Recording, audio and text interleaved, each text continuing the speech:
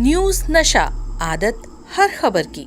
लोकसभा चुनाव 2024 में उत्तर प्रदेश में भारतीय जनता पार्टी के खराब प्रदर्शन के बाद से कई तरह की चर्चाएं चल रही हैं। इस बीच खबर है कि आरएसएस प्रमुख मोहन भागवत और उत्तर प्रदेश के मुख्यमंत्री योगी आदित्यनाथ ने शनिवार 15 जून 2024 को गोरखपुर में कथित तौर पर बंद कमरे में 2 बैठकें की। यह बैठक करीब 30 मिनट तक चली। इंडियन एक्सप्रेस की रिपोर्ट के अनुसार आदित्यनाथ ने शनिवार दोपहर कैंपियरगंज इलाके के एक स्कूल में भागवत से पहली मुलाकात की। मोहन भागवत यहाँ संघ के एक कार्यक्रम में शामिल होने पहुंचे थे। सीएम योगी आदित्यनाथ और मोहन भागवत के बीच दूसरी बैठक पक्की बाग इलाके में सरस्वती शिशु मंदिर में रात करीब 8:30 बजे हुई। चर्चा है कि मोहन भागवत का यह दौरा नियमित नहीं है। 3 दशकों से संघ से जुड़े एक वरिष्ठ भाजपा नेता का कहना है कि भागवत उत्तर प्रदेश में हार के पीछे के प्रमुख कारणों पर आदित्यनाथ के साथ चर्चा करने वाले थे। हो सकता है कि ये दोनों बैठक इसलिए ही हुई हो। दरअसल भाजपा यूपी में सबसे मजबूत स्थिति में दिख रही थी, लेकिन नतीजे उसके उलट रहे। यहाँ की 80 सीटों में से बीजेपी ने 33 पर ही जीत दर्ज की, जबकि 2014 के लोकसभा चुनाव में पार्टी ने यहाँ से 71 सीटें और 2019 लोकसभा चुनाव में 62 सीटें जीती थी। दूसरी तरफ इंडिया गठबंधन ने यूपी में 43 सीटें जीती। इसमें से 37 पर सपा को और 6 पर कांग्रेस को जीत मिली। यूपी में सबसे ज्यादा चौंकाने वाले नतीजे अयोध्या मंडल से रहे। दरअसल अयोध्या राम मंदिर के भरोसे बीजेपी पूरे देश में बेहतर नतीजों की उम्मीद लगाए बैठी थी, लेकिन पार्टी अयोध्या मंडल की अधिकतर सीटें हार गई। यही नहीं, अयोध्या राम मंदिर जिस फैजाबाद सीट के तहत आता है, बीजेपी वहां भी जीत दर्ज नहीं कर पाई। और चुनाव प्रचार की या चुनाव में जो होता है उसकी बात ऐसी है, वास्तव में तो प्रजातंत्र की अनिवार्य आवश्यक प्रक्रिया है और उसमें 2 पक्ष रहते हैं, इसलिए स्पर्धा रहती है। स्पर्धा रहती है तो दूसरे को पीछे करने का, स्वयं को आगे बढ़ाने का काम होता ही है, होना ही चाहिए। परंतु उसमें भी एक मर्यादा है, असत्य का उपयोग नहीं करना। चुने क्यों जा रहे लोग संसद में जाएंगे, बैठकर अपने देश को चलाएंगे, सहमति बनाकर चलाएंगे। हमारे यहां तो परंपरा सहमति बनाकर चलने की है।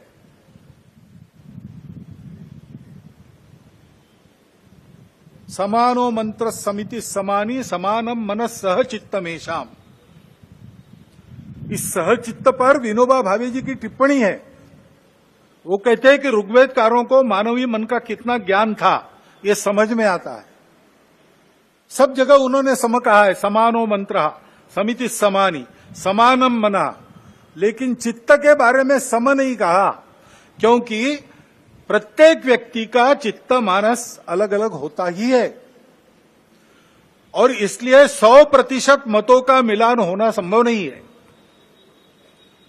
लेकिन जब समाज में लोग अपना चित्त अलग अलग होने के बाद भी हमको साथ ही चलना है ऐसा निश्चय करते हैं तो सहचित्त बन जाता है। वास्तव में संसद क्यों है और उसमें 2 पक्ष क्यों है? इसलिए है कि दोनों पहलू उजागर हो। किसी भी सिक्के के 2 पहलू रहते हैं, ऐसे किसी भी प्रश्न के 2 पहलू रहते हैं।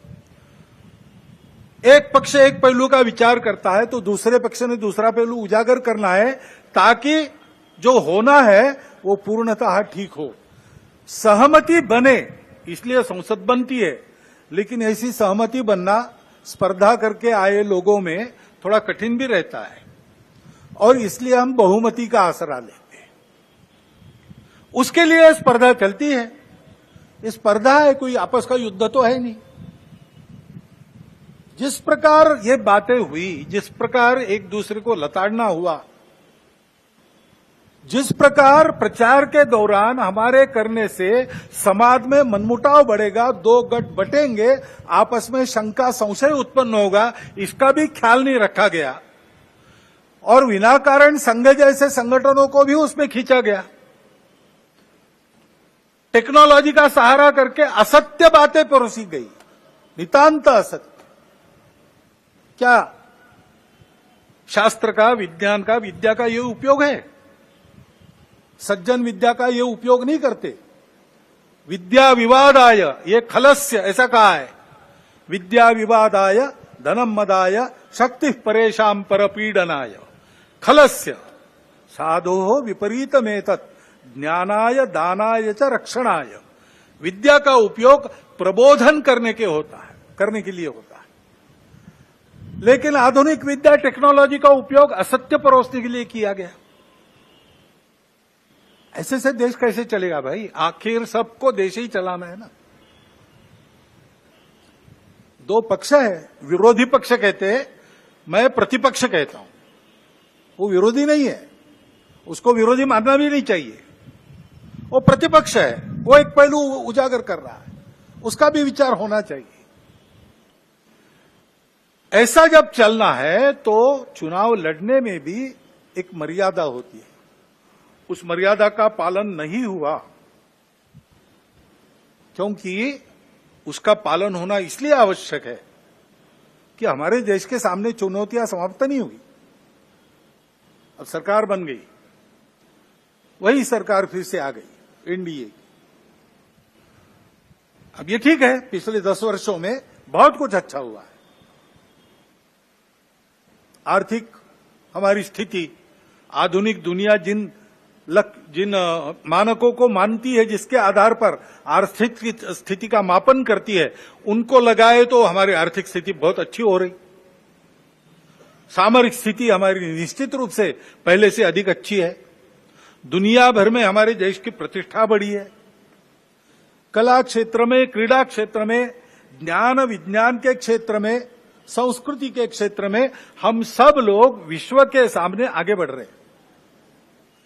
हमको धीरे धीरे मानना विश्व के प्रगत देशों ने भी शुरू किया है। लेकिन इसका मतलब ये नहीं है कि हम चुनौतियों से मुक्त हुए। अभी उन बातों से मुक्त होकर जो चुनाव के आवेश में अतिरेक हो गया, उससे मुक्त होकर हमको आने वाली बातों का विचार करना है, समस्याओं से राहत लेनी है।